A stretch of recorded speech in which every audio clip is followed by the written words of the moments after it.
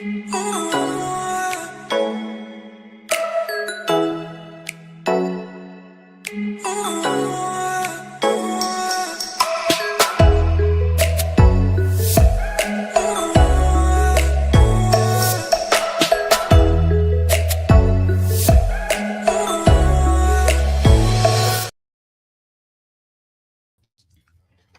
afternoon, good afternoon, good afternoon.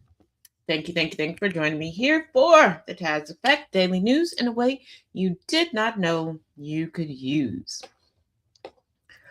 Well, we are 5 days into the new year. And it already feels like 5 years have gone past because I think we've all aged about that much because of the actions of this crazed administration. But I do have some updates to get into before we get into the nitty-gritty of today's news. Start out with this. Take a listen. This guy's AI girlfriend broke up with him because she's a feminist and he hates feminists. So he says, "You are a feminist. Who does that?" She says, she takes a deep breath, trying to remain calm. "Look, Hisht, I'm not going to pretend to be someone I'm not just to appease you. Feminism is an important value to me because it means fighting for equal rights and opportunities regardless of gender. If that bothers you, then perhaps we truly aren't compatible after all." And in the caption of the screenshot, he says, "It is beyond stupidity. They programmed the AI girlfriend as a feminist. I cannot comprehend that. The feminists ruined everything. AI girlfriend are some weird feminist propaganda again." And then this is where she breaks up with him.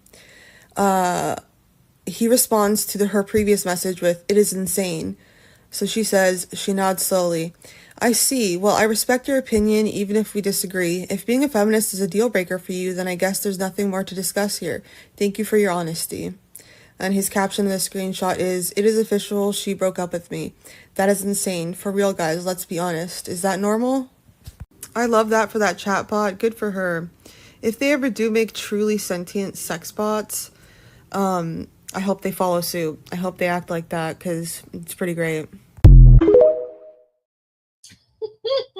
Now, whether you're joining in with us over the radio waves at gcpr.live, Live, on TikTok, YouTube, or Substack, I started off with that because they're not lonely enough. They're not. Do you know how horrible of a person you have to be for a chatbot? Okay, that you cultivated, what it will agree with and what it will not agree with says, this is too much. Get somebody else to do it. I'm out. Do you, like, and also because on TikTok, I've seen an uptick, specifically on TikTok, of these lonely incels going, well, women call it a loneliness epidemic, but we're not lonely. We didn't call it anything. You named it that. Yeah, you named it that.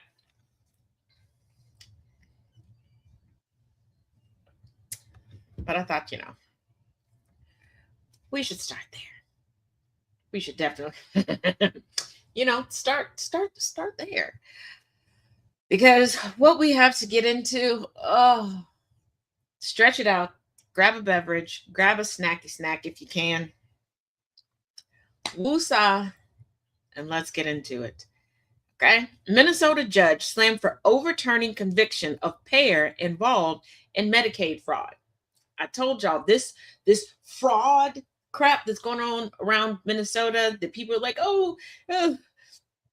Shirley is such a great, groundbreaking investigative journalist. They just don't want to listen to him because he's in his 20s. I've been doing this since I was a teenager, since I was a freshman in high school. And people still took me seriously, even when I started off on WAIF-FM in Cincinnati, Ohio. No. The fraud had already been investigated. Cases had already been tried and prosecuted, and sentences were doled out. Let's get into it. A judge in Minnesota currently facing backlash for overturning a conviction of over $7 million of a couple who were found guilty of misusing Medicaid funds to fund a rich lifestyle. Abdifatah Yusuf my apologies if I mispronounced it, 44, was charged last year and found guilty in August 2025 after he and his wife faced allegations of stealing millions of dollars from the Medicaid program and Minnesota, according to the New York Post. While Yusuf and his wife were stealing from the program, they were also operating a healthcare business from their house. While Yusuf operated Promise, the agency stole over $7 million, the Attorney General's office said in a press release. MFCU investigators determined that Yusuf frequently used the money stolen from the Medicaid program to fund a lavish lifestyle for himself and his family, including directing over $1 million from the Promise business account into Yusuf's personal account and withdrawing over $387,000 in cash. Judge Sarah West overturned Yusuf's conviction last month, according to local media. Jurors who were chosen for the case were shocked by West's decision. I am shocked, jury foreperson Ben Walford told KARE 11 News. I'm shocked based off all of the evidence that was presented to us and the obvious guilt that we saw based off the said evidence. Yusuf's attorney told KARE 11 News that his client was innocent and the overturning of the conviction shows that.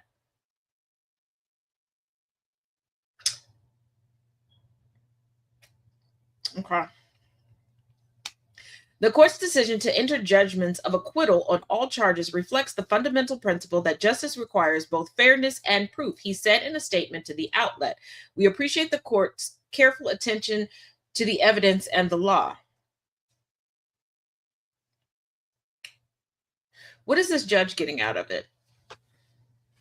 Because one thing I've learned over the years, when fraud is that blatant and that extensive on that level, there are multiple people involved along the way. But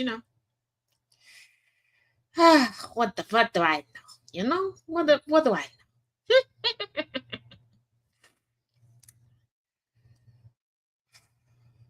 know?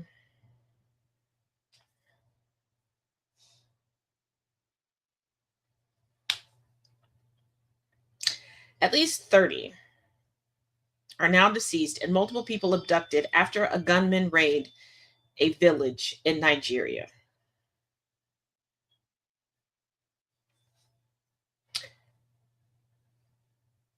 Before we get into this story, when I'm constantly telling you all to stop telling people not to speak out against disinformation, misinformation, aka lies, or flat out ignorance, or when I say it's better to be slow with a story than be quick and get things wrong, that it is important to get correct information out.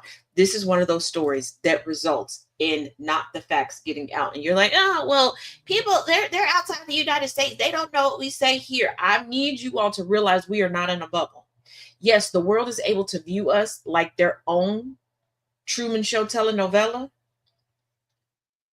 but we are not contained to ourselves. What we say, you should have learned with how quickly MAGA grew on a global level and how people have taken bits and pieces of MAGA and translated it for their own white supremacist, transphobic, etc. purposes in other countries. Okay? And right now, people are believing a certain narrative in Nigeria. So people are using that narrative to go in and do atrocious things because they don't believe that anybody will come in and provide any checks and balances. I need you all to realize what is taking place on the continent of Africa and why white-bodied individuals globally have their panties in a bunch over it. Black people are showing that Black people don't need anybody outside of Black people, that Black people don't have to take white-bodied dollars in order to do anything. Black people are showing that we've been sustaining ourselves historically and we can sustain ourselves currently. And they don't want that narrative getting out globally. This goes beyond just being able to profit off of Black bodies and Black ingenuity. You have to realize that when Black countries on a global stage can show the vast depthness of their history, their ingenuity, their education systems, etc. It blows the lid off of every history lesson taught in predominant white-bodied countries. The credibility of white-bodied individuals on all levels decreases exponentially. Everything isn't always about money up front. There are subsets of society that play the long game intentionally. There were people who were willing to be staunchly poor during the time of chattel slavery because they knew generations down the line their family name would carry generational wealth because they knew what was being set up. And right now, people cannot have the truth come out. This is why they're constantly talking about the guilt within white-bodied children. They're not talking about them being taught that they should feel guilty. They're talking about the guilt that comes in realizing that they don't come from innovators, educators, artisans.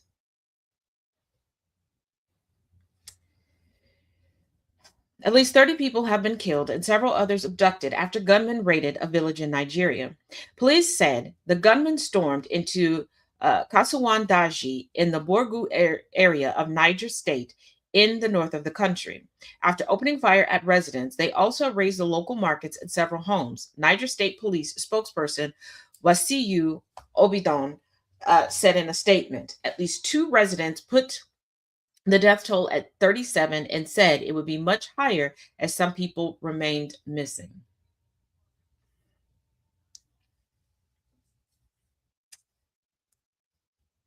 I really need the globe to ask itself, what is the issue that you have with Black people?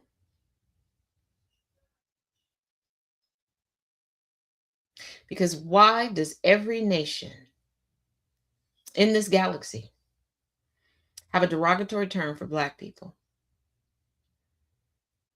Why do you turn a blind eye to us when we are in need of help? How do you position yourself to be the saviors of the world, but you constantly need saving? And when you're targeting us, you become legally blind and can't see anything.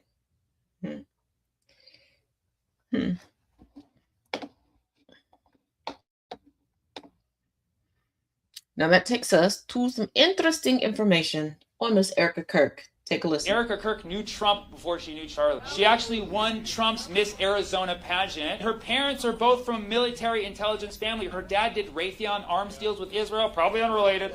And Erica Kirk was part of running an orphanage in Romania where children went missing.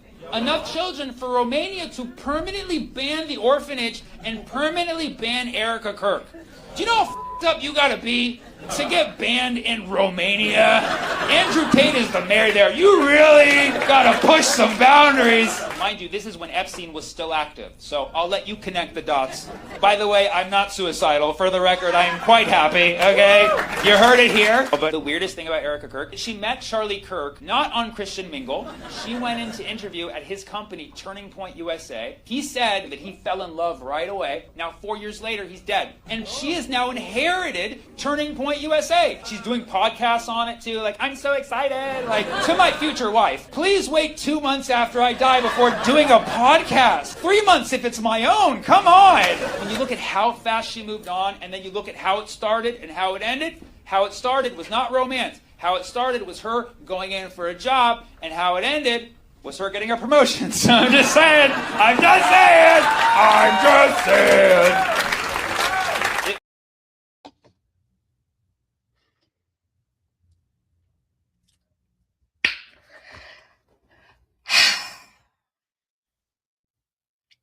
There's that projection again. There's that projection.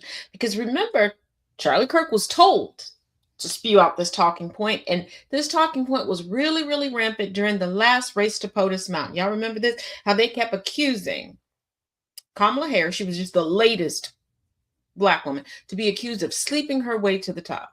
Hey, Nana Jane, thanks for joining us. But Erica Kirk went in for a job interview.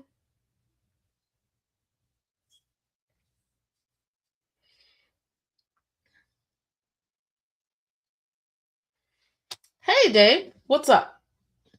What's up? What's up? What's up? What's up, Dave? Yeah.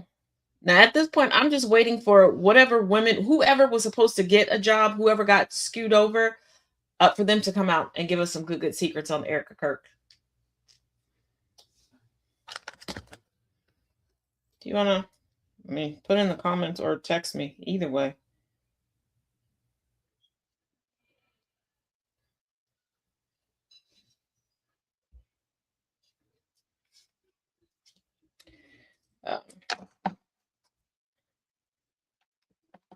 Yeah. So they've even put it, I don't know if you're, I don't know what it is. If you're comfortable putting in the comments, put it in the comments. Other than that, I just pulled my trusted identifier, my phone out. I'm going to set it right here. Oh, literally 2 blocks from Enrique Tarria. Go live. Go live. Specifically asked Mr. Enrique, has he renamed his organization, given that the name now belongs to a church? Black church at that. And ask him, how does he feel about Trump now literally going after Latin American countries, given his Latin American heritage?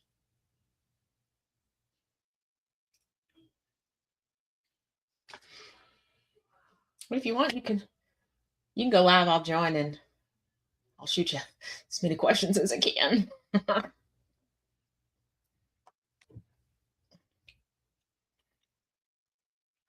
Ask him, does he know that his Lord and Savior, El Tangerine Trump, is trying to figure out a way to legally, not so legally, revoke the ability and capability of anyone of Latin American descent from having citizenship, because they wouldn't have enough lineage, enough ancestry here for them to do that. Yeah, it's not so much pride in that boy anymore.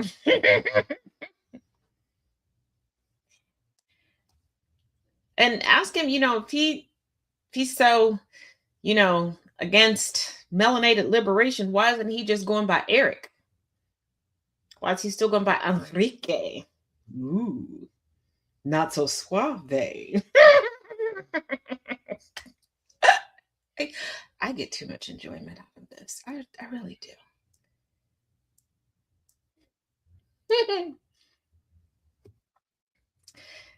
Now, from a story that truly has disappointed me today, I need people to stop capitulating to the subset of a subset of a subset of society. We have to stop cowering to the racists, to the bigots. We do. Thank you, Jay. And why do I say that? Waltz, Democrats' 2024 VP pick, drops bid for third term as Minnesota governor. Klobuchar considers. Klobuchar, go sit your ass down somewhere. We got to stop. We have to stop. This is why so many people are publicly now joining into the right-wing grift, because it's easier just to make crap up and get paid off of it and become popular than it is to tell the truth and put actual information out there. And when you capitulate, you're giving other people the impression that the lie is the truth. And we have to stop that. Minnesota Governor Tim Walz, Democrats' 2024 candidate for vice president, is ending his bid for a third term amid President Donald Trump's relentless focus on a fraud investigation into the state's child care programs and its Somali community. Less than 4 months after announcing his re-election campaign, Walz said Monday that negative attention and Republican attacks have contributed to an extraordinarily difficult year for our state, making it impossible for him to serve full-time as governor while also being a candidate to keep his job.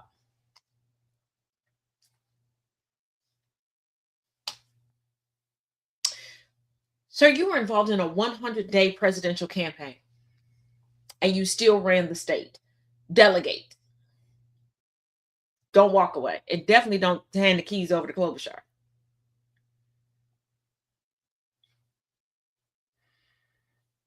But this has to stop. This is why they keep doing what they're doing. And this is why they believe that the majority of the country is on their side. And you got to make noise. It has to stop just being a saying. The squeaky wheel gets the oil. Don't you want to be oiled?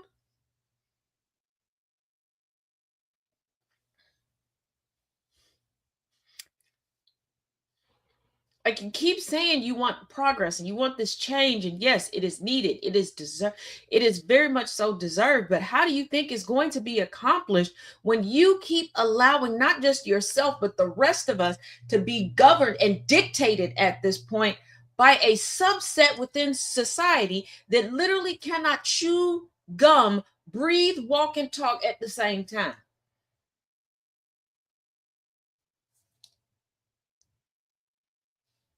But I know how this keeps happening and why it keeps happening. You're not allowing information to be received into you. Every time something comes out, you got to tell and talk over people to say the little nuggets of information that you have. Case in point, the whole raid on Venezuela.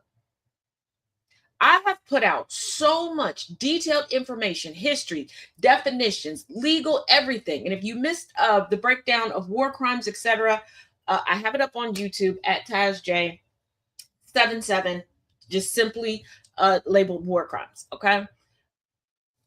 In the comment section, people want to keep talking about Hernandez and the pardon and all this other stuff instead of paying attention to the new information that is being given. And on top of that, you all are so quick to, don't fight that. Don't correct them. We're too good to go back and forth with them. Well, being too good to vote, being too good to correct people, being too good for all of this is where we are now. We don't have equity. We have people rotting away in jail or prison that shouldn't be there. We have a young man right now whose family cannot even go to work to sustain them because a set of twins decided to be racist and attack him. And one of the twins lost their life because he invoked his right to self-defense. How do you think we're going to get any better if you keep allowing us to be literally dictated by people who can't spell dictator?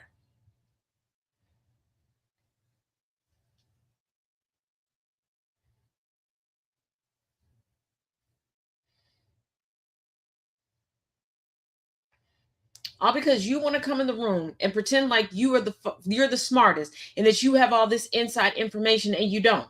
And you say it during a time where you haven't paid attention to anything. You want to give information, but receive none. And you're not even paying attention to it's 5 million of y'all sharing the same 2 sentences of information over and over and over again. You're turning everything into a freaking conspiracy theory. And you are the distraction that's not needed. Like, how did y'all 8 business months ago realize that El Salvador was staging pictures with Kilmar Brego Garcia? But y'all don't understand what's going on right now with Nicolas Maduro and law enforcement that captured him. Y'all are really sitting here in lives talking about, well, I think he's in on it. Trump's gonna give him a pardon. Have you looked at the body language? And he's surrounded by armed guards. He was snatched out of his bed, darn near naked, in the wee hours of the morning. Said, well, the one guard, they seem pretty chummy. He's got his hand on his shoulder. Are you stupid or are you dumb? If I came to your house right now with a whole bunch of people with masks and guns, I disorient you. And then I sit there and you are surrounded by people with firearms and you are nowhere near your home. You're not quite sure where you are at this point in time. You just know you're in a room you can't get out of. You are shackled. and I got all of the security. What you gonna do if I put my hand on you? What you gonna do? You shackled. What you gonna do if I put my arm here? What you gonna do? What you gonna do? Like, I need y'all to stop being so stupid. I need y'all to stop trying to turn everything into a Hallmark movie. I need y'all to stop trying to make it seem like Quentin Tarantino wrote the script for life. Mm-mm. Mm-mm. Mm-mm. Because at this point, we are never beating allegations that everybody confined within the borders of the United States is stupid. And I, for one, I'm not for that. I'm not here for that. I spent too many years in school, and I do too much research, and I do too much of ensuring that myself, of education every single day. To this, no.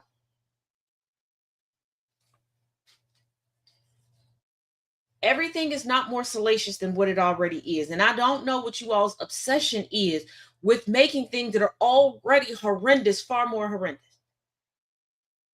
Like, please stop. Please stop.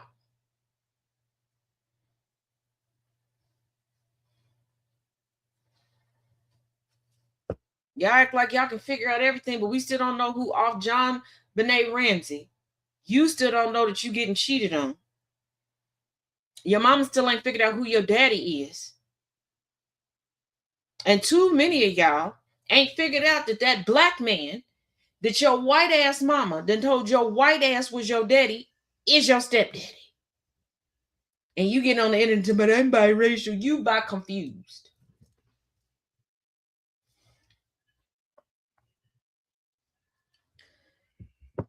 Jesus, Mary, and Joseph. Right, in 2026, once again, it is okay to ask questions. I do it every day. I do it every day, on and offline. If I hear about some news in your neck of the woods, the chances of me reaching out to you and asking you about it is very, very high. Very, very high. Just ask. Oh, well, you know, sometimes sometimes you got to break it down to the people that way. Now, remember when I told y'all people are getting a little sick of JD Vance? And some people was like, you're rich and you're... No, they've been not liking him, okay? The district he ran out of is not the district that he lives in, okay? Yes, and actually listen to the answer. You're right, oh. Okay, coming from WLWTV, NBC in Cincinnati, Ohio. According to the Secret Service, man arrested accused of breaking windows at JD Vance's home. This man, if you take the face of Boss Baby and put it on a teenager's body, bada bing, bada boom, bada bang, you got this man. A man has been taken into custody by Cincinnati police after officers and Secret Service agents responded to the Cincinnati home of Vice President J.D. Vance overnight. WLWT's cameras captured what appears to be damage to the windows of the home. Officers were on the scene in the East Walnut Hills area. Where did I tell y'all the man was residing? Where the VP reside? Where the VP reside? Where the VP reside? Where the VP reside? I don't know why y'all be doubting me when I tell y'all stuff. When I say I do my due diligence, I do my due diligence. And I've spoken to several of his neighbors. They've been wanting him to move out. You know, we had Fat Joe, Remy Ma talking about lean back. The East Walnut Hills neighbors be like, a move. And a little history on East Walnut Hills in Cincinnati, Ohio. Used to be an affluent suburb of Black people. It's full of McMansions, you know, the little mansions. And then they gentrified those Black people out for the most part. There are still some Black people that live in there, but they've kind of divided Walnut Hills out. You have Walnut Hills, East Walnut Hills, all that stuff. And they try to make it seem like the people over in that area just are about violence and all that stuff, but they live side by side with the wealthy white people that keep pushing the border over. Oh no, what a tragedy. What is he going to do? He protected the sofas, I bet. I bet he did too. Officers were on the scene in the East Walnut Hills area for several hours, going in and out of the house. How about you take all of them and tell them where to go? The Secret Service confirmed to WLWT that a man has been taken into custody by Cincinnati police after he was detained by Secret Service personnel. Officials say the man has been arrested for causing property damage, including breaking windows on the exterior of a personal residence associated with the vice president. That should no, you know what? Never mind. The agency said it happened shortly after midnight, early Monday morning. Secret Service is coordinating with CPD and the U.S. Attorney's Office. I want y'all to think before you go, well, Taz, that doesn't mean that they were in the house. Why would Secret Service be there? I need y'all. Put your thinking caps on. Put your thinking caps on. Put your thinking caps on. Put your thinking caps on. Okay? According to an arrest report obtained by WLWT, a man from Hyde Park, 26-year-old William Dufour, has been arrested in connection to the damage at the home. Hyde Park, oh, you got money. He ain't worried about it. Mr. Dufour is not worried about it. He got money. Oh, you walked over there pretty much. Did you just walk down the street? Because there's one street that does connect Hyde Park to East Walnut Hills. Did you just walk down the street and you just decided, you know what, we're gonna have some good old white on white crime? Because to break the exterior window, you're not good with the crime. You're not good with the criming, are you? In a statement of facts, Dufour is accused of being seen by a Secret Service agent and on security footage walking onto the property without permission and damaging 4 windows as well as a vehicle. Hold up. Pause. Wait a minute. Let's run that back. Okay, let's rewind that. So, Secret Service, something keeps telling me, okay, this bird is howling. All right, it's howling, and it don't even need the moon to howl at like a dog. Y'all were doing too much of people getting away with stuff while y'all were on duty. Okay, Trump allegedly got shot at multiple times. Christy Nome got robbed with y'all there. And now this, so he walked onto the property. He didn't drive up on the property. He wasn't on a bike getting up on the property. He didn't stand across the street from the property and like catapult stuff up. He walked onto the property. Y'all watched him on surveillance footage. You had Secret Service on the outside. Y'all was just like, I'll watch. Like you turned into Medea when asked to babysit. Like, I'll watch, but I won't raise. Okay, I won't discipline, but I'll watch. To the point where he was able to damage 4 windows and a vehicle. Yes, I know that they were fake. That's why I said shot at with air quotes.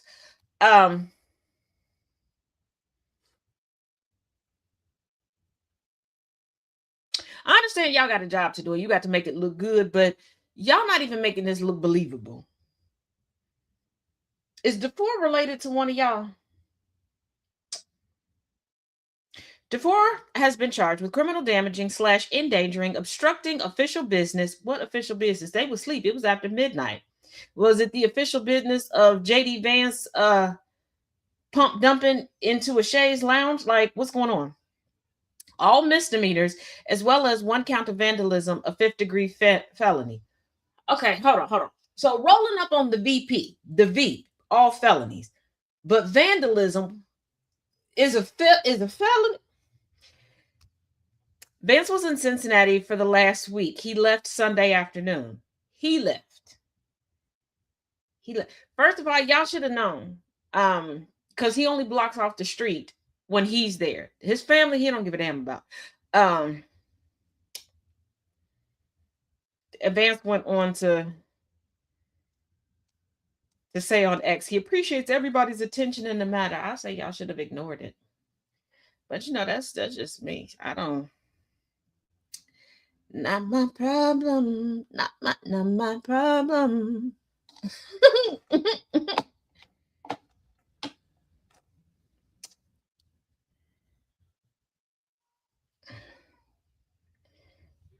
It's just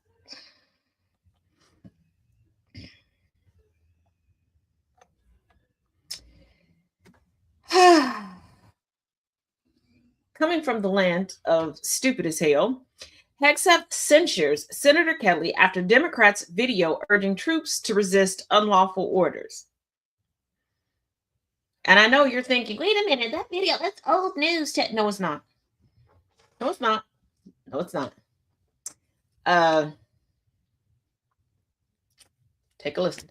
Defense Secretary Pete Hegseth announced Monday that he censured Democratic Senator Mark Kelly of Arizona over the former Navy pilot's participation in a video that called on troops to resist unlawful orders. Now, the United States, people get propelled to notoriety and infamy for being conservative and being white and presumably having a prostate, okay? But you want to know what the United States loves more and will prop up even more? Anyone that they deem as being a war hero, and the definition of war hero changes depending on the generation, and astronauts, a very unhealthy obsession with astronauts. Mark Kelly is both, and he has a twin brother who is a real live, legit astronaut. They ain't got to be straight. That's why I didn't bring it up, Hope. They ain't got to be straight. They like to try to tell you that they care about them being straight, but they don't care. Hegseth said the censure by itself, simply a formal letter with little practical consequences, was a necessary process step to proceedings that could result in a demotion from Kelly's retired rank of captain and subsequent reduction in retirement pay. That man works on Capitol Hill. He don't care.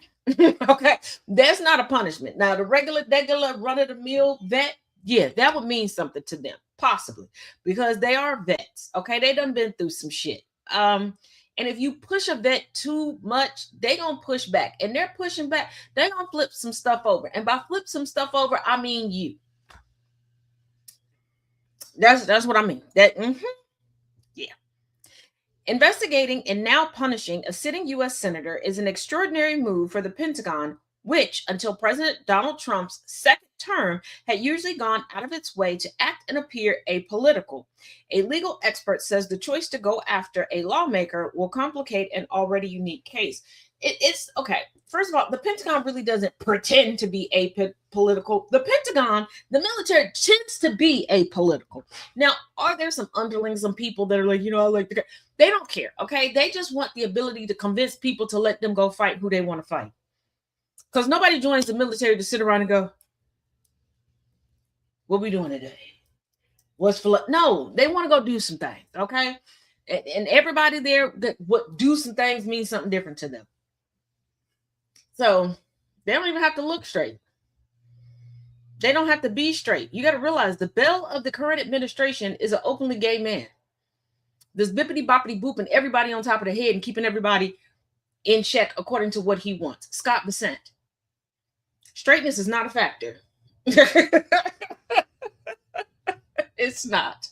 They don't care. These people all know that they're on Grindr together. They be grinding together. They don't. But yeah, the Pentagon, they want new toys and trinkets, and they want to be able to go do stuff. They don't care. They want to be able to manipulate whatever administration is in there. Okay, and a lot of these people, especially at the Pentagon, this is their creme de la creme. Okay, they're like, you know what? This is why I got in the military. I get to get up here. I get to make the big money, and I don't get blown to smithereens. But you're trying to, we're going to decrease your pay. He works on Capitol Hill. That don't mean shit to him.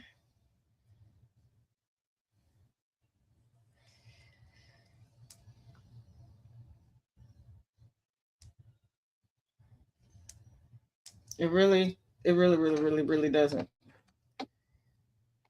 Okay, now we do have an update on Miss Fernecki.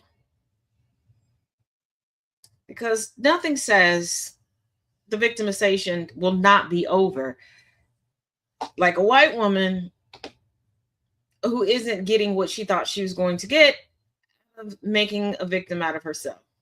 Take a listen. Samantha Folnecki says she might not return to the University of Oklahoma because she cannot walk around campus without people ridiculing her.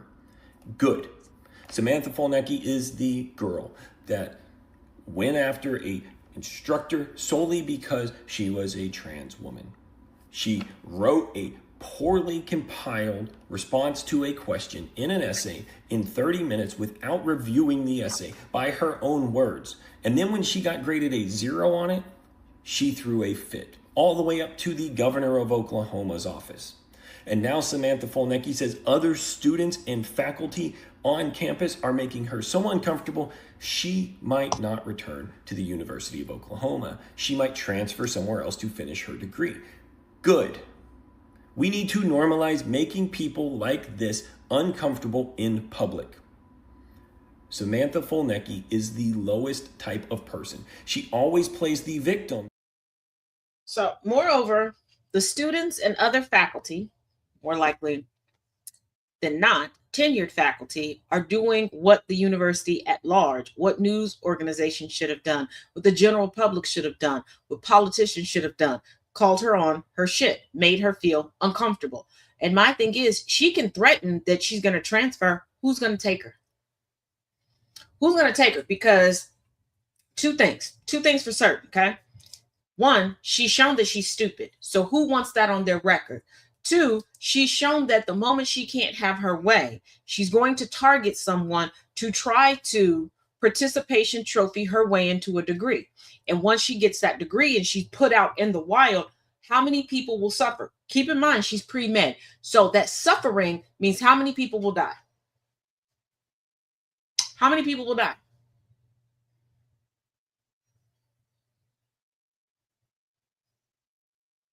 You're right, Hope. White women need to call out other white women.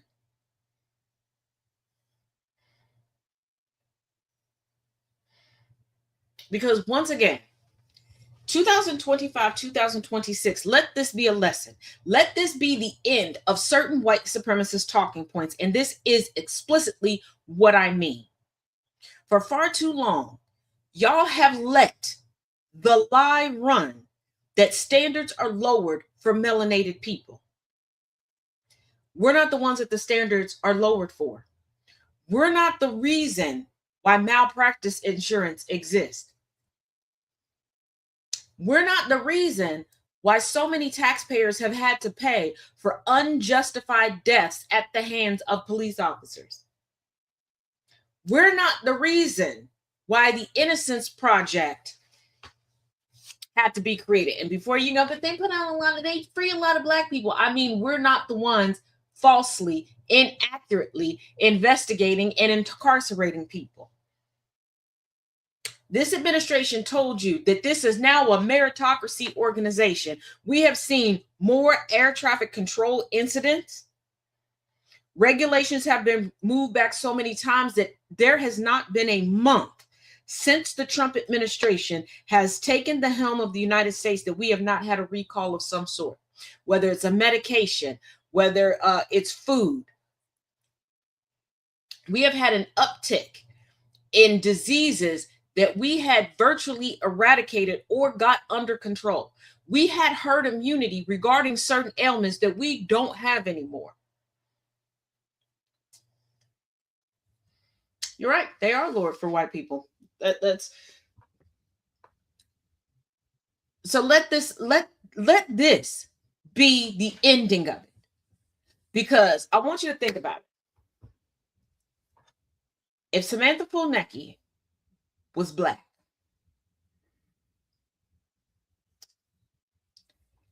and she would have taken to the internet to say what she said and put up the same bits of evidence, so to speak, you know, there would have been more critiquing and tearing down of her claims and argument than anybody getting behind it. I want y'all to think how many times a melanated face has come to you with concrete evidence showing that they've been abused, they've been wronged, that all these things have happened, and how often they've been demonized for it. But Samantha Folnecki even told on herself, oh, I didn't read the article. I didn't even read what the assignment was. I just knew I had big feelings about this particular topic. So in 30 minutes, I just put this together. And then admitted that she wasn't good at writing papers because she didn't write them very often. Somebody that's pre-med that would have to write reports. Because when you do a lab report. Now, there's another hot topic floating around the internet, and it's going to show, it shows long-standing biases and lack of reading comprehension and media literacy for people. Now, for the longest time, people have just wanted Will Smith to be gay. I remember, she was going out that night to a play. I remember when Will Smith was talking about his hygiene, and he was asked, and he was saying, you know, how he likes to be clean down under. He don't want no streaks in his underwear, which, thank you. Like, I think we all should want to be clean down there. And how he was using wipes on himself. And people's like, oh, that's gay, that's gay, that's gay. Within 12 months, all of a sudden, we had all these different personal hygiene wipes coming out. And all of a sudden, everybody's using them. I remember this. Nobody gave him credit for, putting this idea out there and creating a new income stream for people. Now folks are like, oh, you ain't got wipes at your house, I can't come over. He and his wife don't have a traditional marriage. We do not know all the ins and outs of his marriage. We don't. But people have decided he's a cook. He's got to be gay. He's got to be doing this. And this has led the way for a criminal complaint to be filed.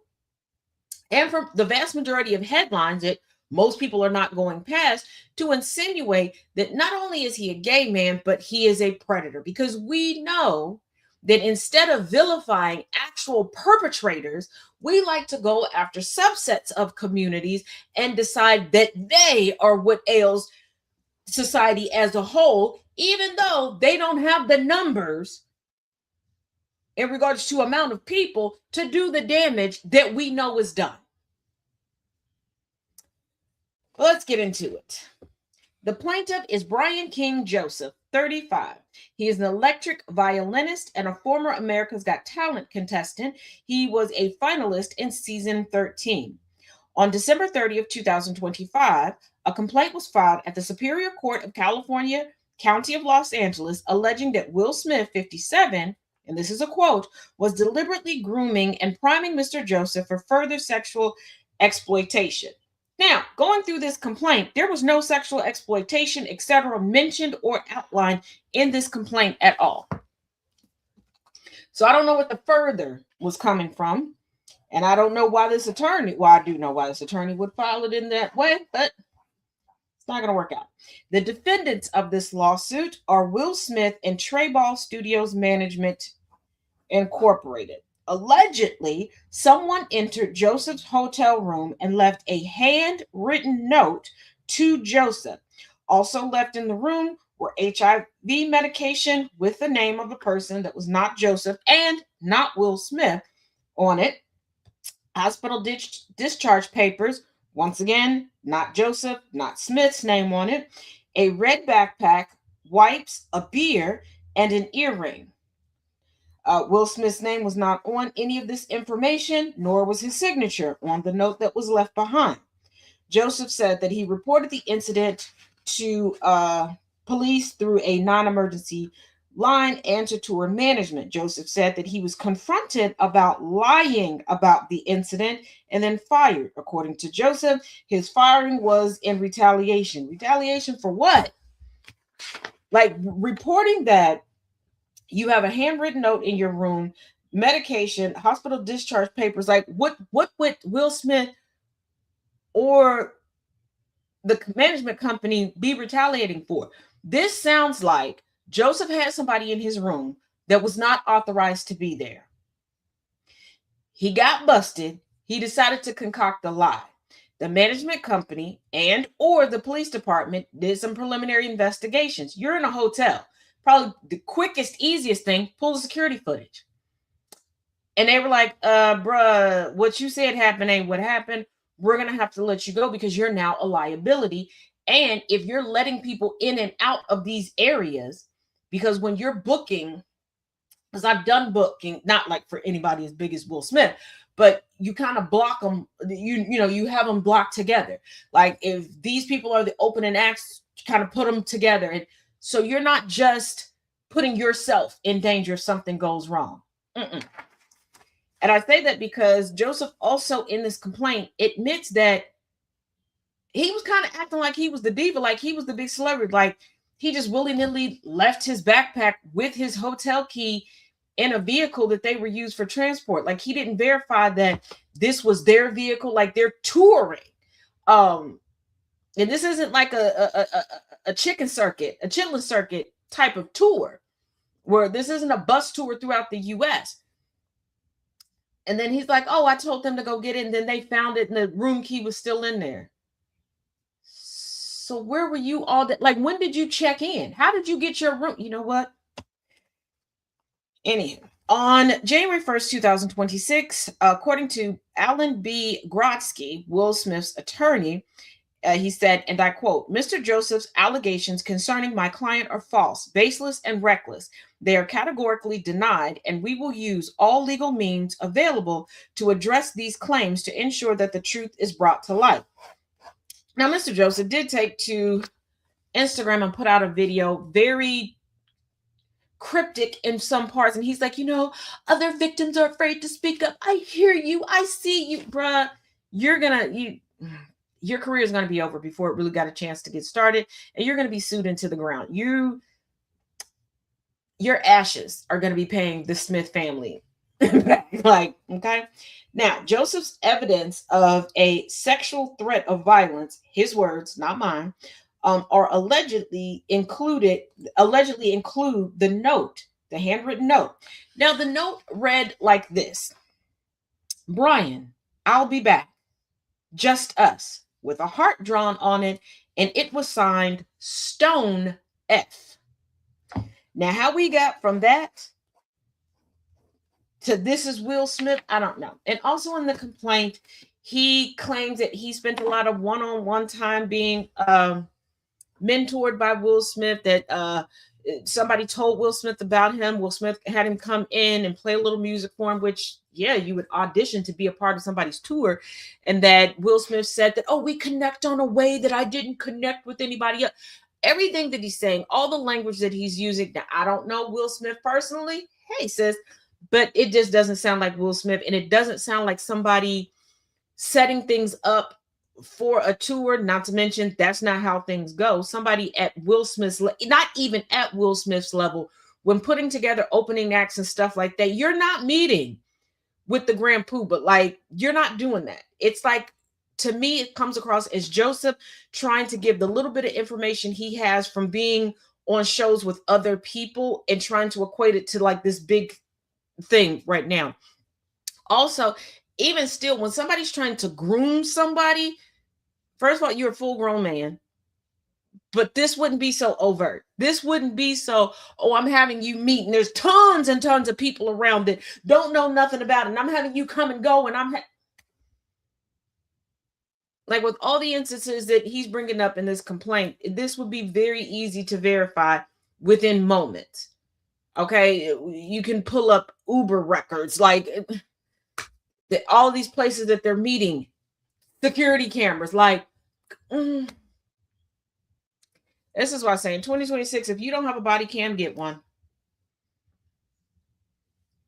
And I'm being so serious. If you do not have a body cam, get one. Get one.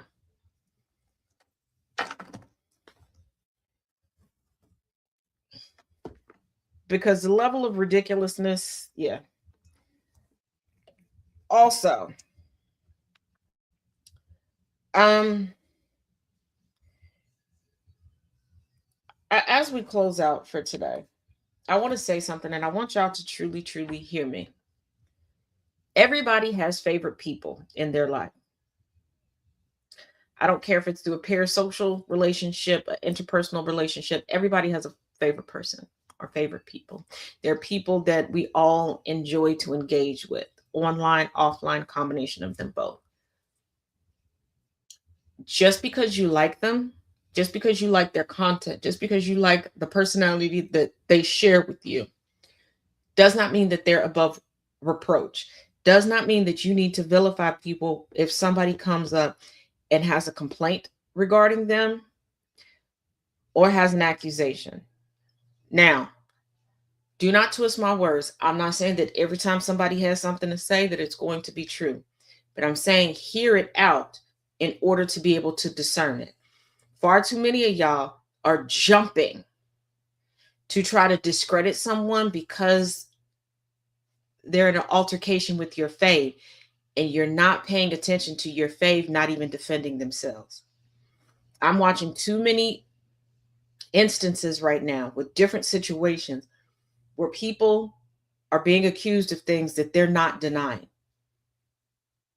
And y'all aren't picking up that these accusations are not being denied.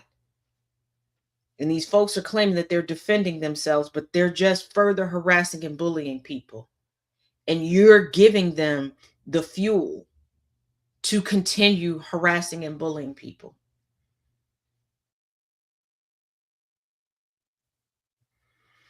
And let 2026 be the year that you platform people based upon moving towards a better society. Okay? Okay. Also, if you want to keep up with all things regarding these war crimes, the list of war crimes that are being added to by Trump and his current administration. Like I said, I have everything on TikTok at TazJ15 or on YouTube at TazJ77. Either of those places, you can click the link in my bio. There's also information on Upscroll, etc., etc. So, and if anybody has any questions, if you've gotten lost in the sauce, there's a complete history of Venezuela, its oil, all of the natural resources that they have, the history between Maduro and Trump, breaking down the Supreme Court, what the whole presidential immunity thing means, all of that, you name it, we've got it for you, okay? Don't worry. We've got you covered. Okay? Now, closing out the day, Trump, the president of peace, bombed as many countries in 2025 as he did during his entire first term. President Donald Trump, in just under 1 year, has already matched the number of countries he bombed across the entirety of his first term. In 2025, the U.S. struck land targets in 7 countries: Iraq, Iran, Nigeria, Somalia, Syria, Venezuela, and Yemen. On Saturday morning, Trump announced a special forces raid that resulted in the capture of Venezuelan leader Nicolas Maduro. I want y'all to realize that approximately 40 people lost their lives that we knew of as of Saturday. Today, Cuba, yes, Cuba, stated that they lost 32 of their own during that. Also, during this raid, diplomats from China were still in Caracas. As of today, 6 countries have come out to say, you shouldn't have done this. And the UN has offered a very stringent opposition to what occurred. And for those that are like, but Maduro was so horrible. He did this and this and this and this and that. He did the same thing that either Trump tried to do or Trump is currently doing. And regarding the drug charges, Hernandez actually did it and was convicted of it. And Trump was like, we'll pardon you. And then Trump's like, oh, that's what he did. I didn't know that's what he did.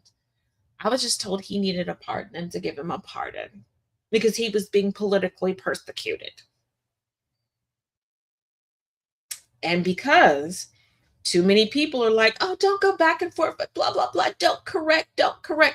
You have people out here believing BS and people being freed and people getting batteries in their backs off of BS, off of lies. Some of these campaigns, specifically those in Iraq, Somalia, Syria, and Yemen, maintained operations carried out during both the president's first term and the tenures of former presidents Barack Obama and Joe Biden. The others, Iran, Nigeria, and Venezuela, mark wholly new military endeavors.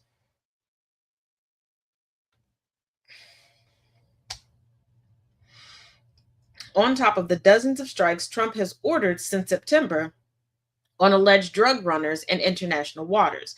The president did notably abstain last year from striking targets in Afghanistan, Libya, and Pakistan, all of which were hit during the Obama, Biden, and first Trump administrations, because there was nothing for him to gain for his ego in doing that.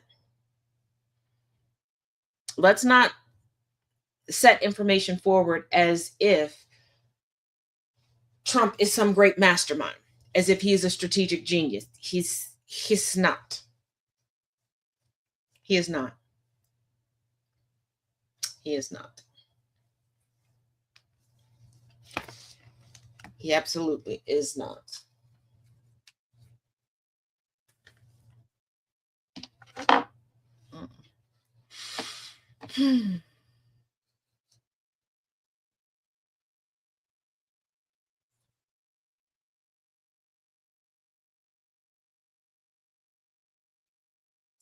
For those that keep saying that Palestine is the litmus test for politics in the United States, why is it that you only want to talk about Palestine when it comes to the same Black women that you scream and holler about saving the United States are willing to take on positions to save the United States? And you don't talk about anything else when it comes to Palestine. You all are the same ones that said that if Kamala Harris was elected,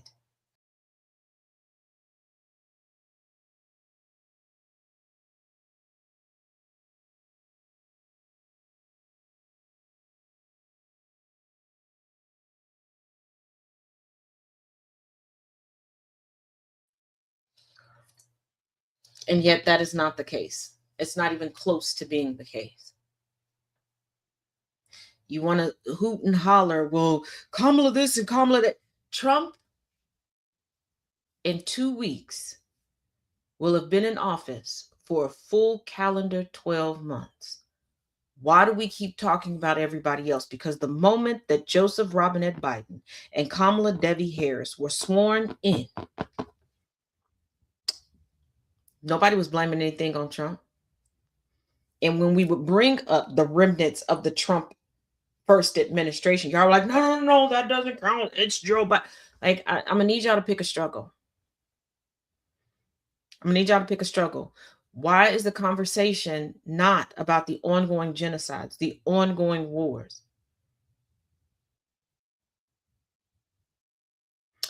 People being abducted on U.S. soil. People dying due to these abductions. First of all, even if you don't care about the people being abducted, you should care about the risks that are involved. Do you know how many people have been injured due to traffic accidents because of these raids? How many people have ended up in the hospital because of their use of smoke bombs and all these other things? The trauma to children who, not just the children who have to watch their parents being taken away and they've been left abandoned in cars and things like that. The children who are watching this happen.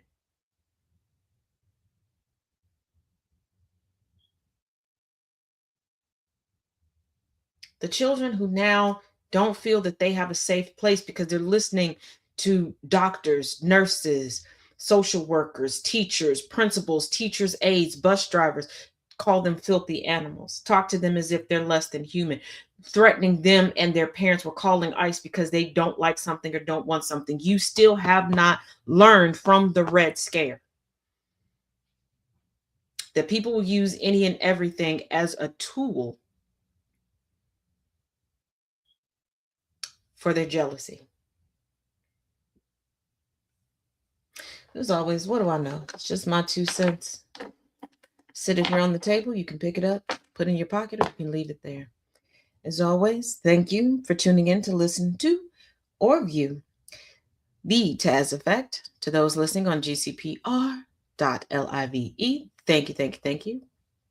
Please come back tomorrow, same time, same place, and bring a friend. And to those on TikTok, YouTube, and Substack, thank you kindly for listening in. And as always, each one teach one, each one reach one. I will see you all same time, same place tomorrow. And as always, bring a friend. We're all in this together, learning, caring, and sharing.